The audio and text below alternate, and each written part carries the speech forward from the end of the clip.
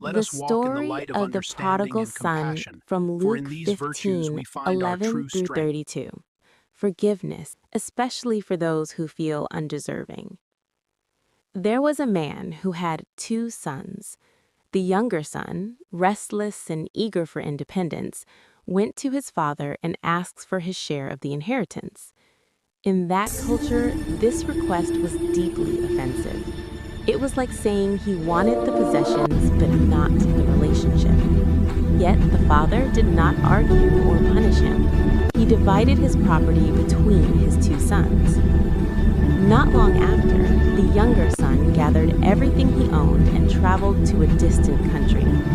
Far from guidance and accountability, he wasted his wealth on reckless living. Before long, his money was gone. Then a severe famine struck the land. Hungry, broken, and desperate, he hired himself out to feed pigs, the lowest possible job for a Jewish man. He became so hungry that he longed to eat the food meant for the pigs, but no one gave him anything. That was his turning point. He came to his senses and reflected that his father's servants had more than enough food while he was starving. He decided to return home, ready to admit his sin and unworthiness. With humility and repentance, he returned, expecting nothing more than survival. But while he was still far away, his father saw him.